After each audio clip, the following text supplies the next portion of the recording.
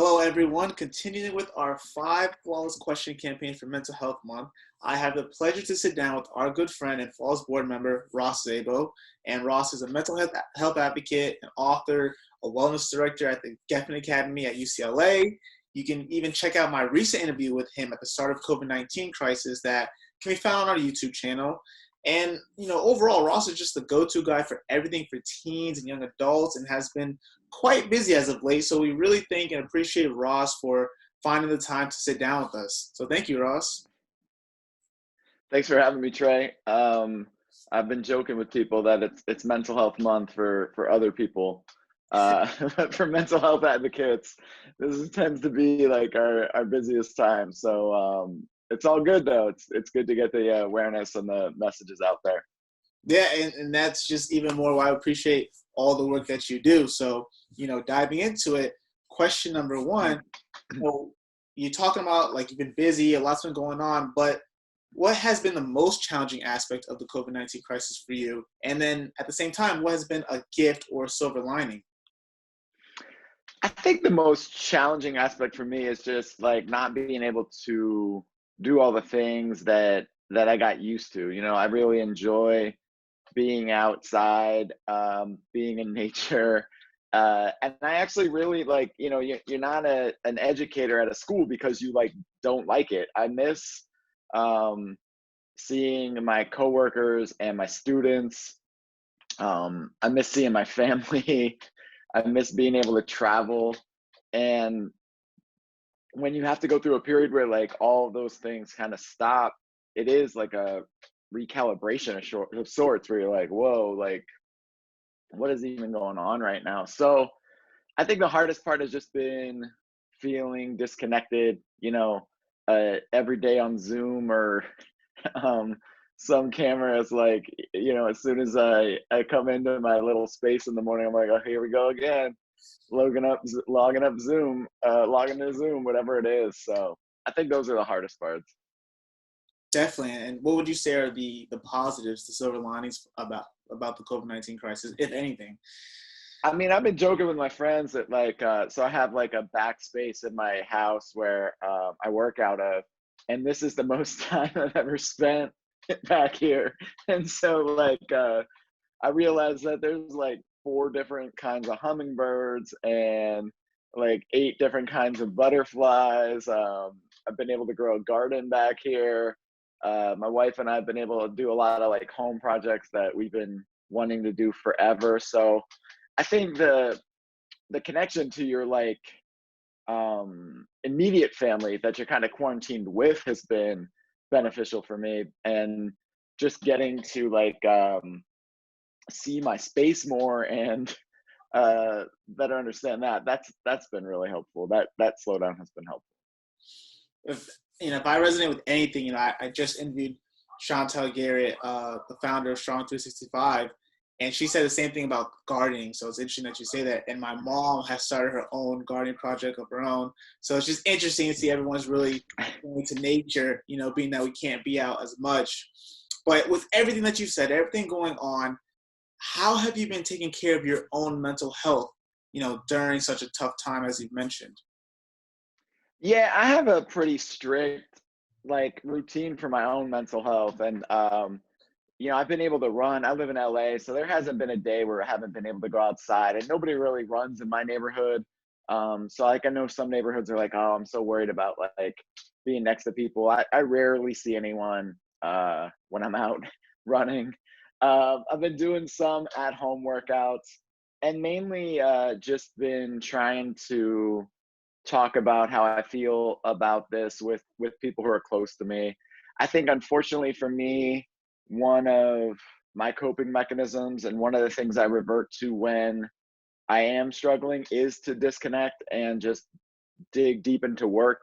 And so on one hand, having so much work for Mental Health Month has been good, but like it is pretty common for me to check out that way.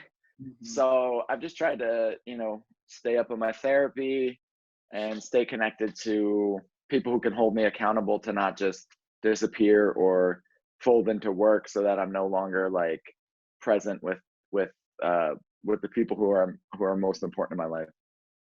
And you mentioned how you have a pretty solid routine, but could you be a little more specific about your morning routine? Because getting up and starting the day, that really sets the tone. So what would you say your typical morning routine is like? Yeah, I mean, like for my mental health issues, I think what's always been fascinating is like I'm a natural morning person. I think the most productive hours of my day are like 5:30 to like 8:30, and then it's like all downhill from there. So for me, it's waking up early and getting into routine has never been my issue. My issue has been not has been getting out of a routine. My issue has been relying on a routine so much that I use it to check out and don't interact or engage and not present with people. And so like, I don't have the same struggles of people who are like, I just don't have that motivation to get out of bed or do anything. My issue is more like, how do I stop doing things? Um, how do I sleep in? How do I like you know do these other things? And the reality is everyone's mental health is so different.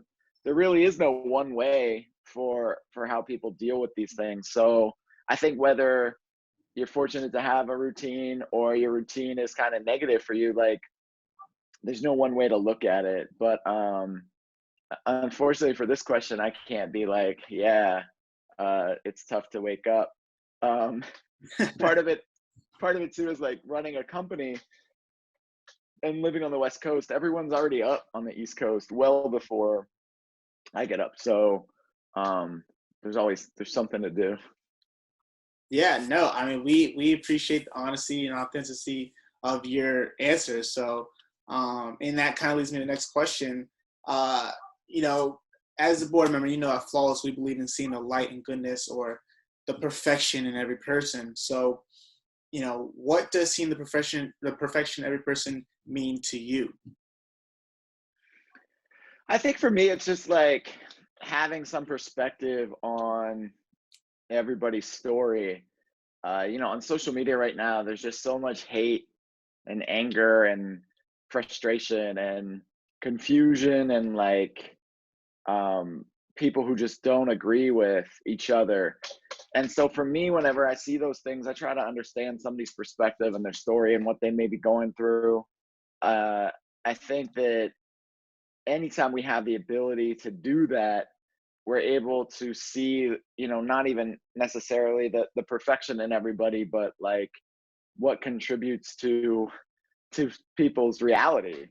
There are a lot of people in this country right now who've lost their jobs that probably aren't going to come back. And there's a lot of fear, and there's a lot of anxiety, there's a lot of frustration. And so I think now more than ever, it takes a deeper searching for all of us to be like, okay, what can I do to try and connect with someone? What can I do to try and see that this person's also just trying to do what they think they need, when we get into places of confusion, we can tend to shut down, and that can lead to so many more negative feelings. So I'm just trying to channel my energy into things that are productive and not destructive. And I love how you talked about perspective and understanding where other people are coming from, and it kind of just makes me think, like, when I think of a flawless world, I think of a place of compassion. And it kind of resonates with your answer. But leading to our final question, when you think of a flawless world and think of that more holistically, what does a flawless world look like to you? I think for me, a flawless world would have more patience, more understanding, less of a need for a quick fix, less of a need for like everything to be solved right now. I think where our society is struggling so much is people are so convicted and trying to just convince somebody else of their conviction as opposed to listening or understanding or seeing that so many people are in a similar situation. You know, and like Gandhi said, we are so much more alike than we are different. But we tend to forget that quickly when we're just struggling to get through whatever that small part of this day is. And so I think to have a more flawless world, we need more patience, more listening, and overall just more forgiveness. Like this human experience is not perfect, and it's not going to be something that is just like easy for everybody. And so I think that forgiveness for when it is hard is helpful. Wow. So patience, listening, and forgiveness, three keys. I love, that tip right there. Those are our 5 questions. Ross, thank you so much for finding the time to have this conversation with us and help us spread the flawless light. For our viewers, if you want to keep up with Ross and everything he's doing, make sure to follow him on Twitter and check out his websites. Of course, as always, we'll have those posted for you, so it's easy for you to find. And Ross, thank you again for finding the time to talk with us. Thanks so much, Trey. Always good to see you, man. Always, same to you.